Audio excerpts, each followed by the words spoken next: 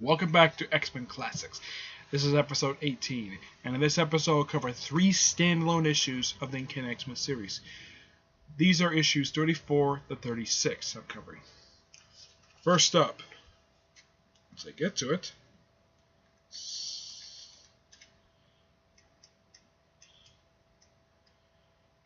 there we go, issue 34. Okay, and in this issue you have the X-Men versus Tyrannus, Tyrannus, who is a Hulk villain. Yes, he's a Hulk villain. And the Mole Man, a Fantastic Four villain. Okay, fine. First you have basically the X-Men take on a group of Iron Man and Human Torch villains, now an enemy of both Hulk and Fantastic Four. Okay, fine. Book starts out basically doing some repairs what happened in the previous issue because the Xavier's been captured. And the one thing I have got to give credit for the artist is doing is actually updating the costumes for the X-Men. Here's a shot of Jean Grey, Scott Summers, and Roy Worthington III. These are updated versions of the original costumes. I mean, the one thing you gotta notice about Jean Grey's costume is she actually is showing off skin. Wow, that's a neat concept. Her showing off skin. And also her sort of full head mask is turned into a frontal mask, which is kind of similar to what Scarlet Witch has.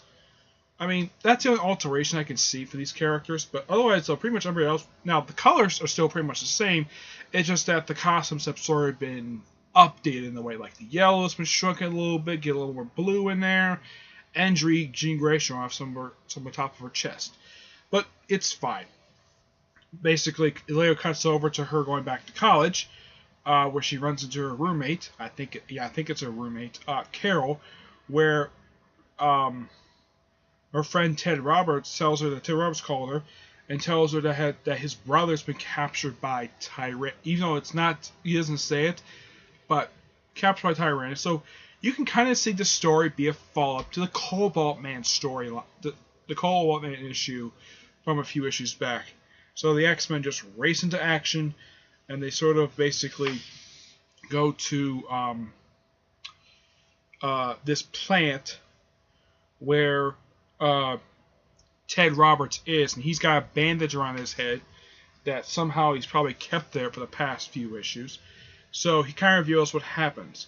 You have him and his brother just doing some experiments, and all of a sudden Tyrannus shows up and just with Mole Man's people, and he just comes in, knocks out Ted, and just takes Ralph with him. So the X-Men take this vehicle, and I gotta point out, I believe this is still Don Hick, if I'm not mistaken, on the artwork. No, it's actually Dan Atkins. He's actually the new artist of this book, of this issue. Yep, he is the new artist. Let's see. Yeah. Well, he just does just this one issue, but Don Hick, Warner Roth, who actually is the regular artist of the book, he doesn't come back into issue 38. So for the next few issues, well, actually he comes back in the following issue, but this issue is just Dan Atkins. But I gotta hand it to him, this artwork is actually really good. So the X-Men go down to Mole Man's kingdom, and as soon as they get there, they fight the Mole Man himself. Yep, they fight the Mole Man, and then they fight a giant robot, and then of course they show like the reason why Ralph was kidnapped by Tyrannus to build this giant robot. Yep, and he doesn't want it to conquer the world, so he tries to sabotage it. And of course Tyrannus is being usual obnoxious self, tells him to take him back to a dungeon. So they actually come across this android in his different form. They fight him. Well, they don't actually fight this one. They actually fight the other one. So they fight. They have the two giant androids fighting each other, and of course the one that Ralph built is defeated. Of course, Ralph comes in, punches Tyrannus, but he gets captured by the Mole Man's people. And of course, Mole Man gets knocked in the back by Cyclops with a karate chop of all things. Yes, a karate chop. Okay, and then they escape, and then somehow Tyrannus meets defeat, And then for some reason something happens. Then for some reason both Tyrannus and Mo-Man lose their memories. Okay? It's an interesting little story. Yes. Now 35. This is actually now Spider-Man had met Beast in issue 28. This issue, in issue 35, which by the way, the regular artist, Warner Roth, does come back to this particular issue. This is called Along Came a Spider, which I believe this tagline has been used a few times. But this right here is the first time Spider-Man has ever met the X-Men, the original X-Men. He's met other members of the X-Men before. So issue starts out with Banshee. First time since issue 28 he's been seen, so he just flies around. Now this is kind of bugs me. He's wearing the device from his debut appearance. No explanation for this at all. Maybe it's an updated version, some explosives in it. So basically somehow Screecher sends out a robot. Yes, a spider-like robot. Here's a good look at it. Yeah. A spider-like robot, and somehow contacts X and warns about some kind of spider menace, and of course is watched by the main villain of the following storyline, a couple issues of this one, and of course it cuts away to Peter Parker, and he's on his motorcycle, and the motorcycle he had only in the 60s. As far as I know, he never had a motorcycle or any type of vehicle again until he got the Spidey-mobile. I mean, with the exception of the Spidey-mobile, Peter Parker never had a vehicle of his own, so he had to get around New York via web-slinging or the subway. That's how it works. So, the Spider-Man shows up with a giant egg, transforms into the, shoots out the spider robot. Spider-Man fights him for a bit, and of course, the X-Men alerted to what's going on, and he defeats him by churning the I-beam out itself, which is similar to what Mr. Incredible did in the film. It's like, I don't know if the people who did The Incredibles actually based that giant ball robot on this creature, on this robot. Yeah, and of course he destroys it. Then he runs to the X-Men. They have a brief scuffle, and this goes on for a few pages. Jean somehow gets contact because of Factor 3's involved. Banshee's unconscious, and of course the X-Men are trying to finish him off, and then all of a sudden, bam! And this goes on for several pages basically, and of course, somehow the fight is somehow abruptly stopped, and Spidey's like, "Turn around! I want to continue this fight," but then they just simply call it off and just allow him to go his merry way. And of course, they actually apologize for attacking him, and they just drive off. And then the issue ends with showing the next villain, Meccano. Okay, fine, Meccano. It's a good issue. Yep. Now for the last issue I'm covering this episode, issue 36, and this is the villain of this issue. Meccano. A guy who wears this silly looking outfit, and apparently this is okay. Okay, fine.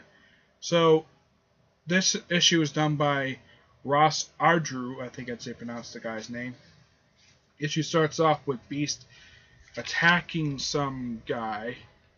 And of course, the X-Men are still trying to figure out where Factor 3 is. I mean, I think he's in Europe. And then, of course, the X-Men somehow defeat these goons, and then they sort of mind wipe them in a way, who attacked the Xavier Institute, these two guys.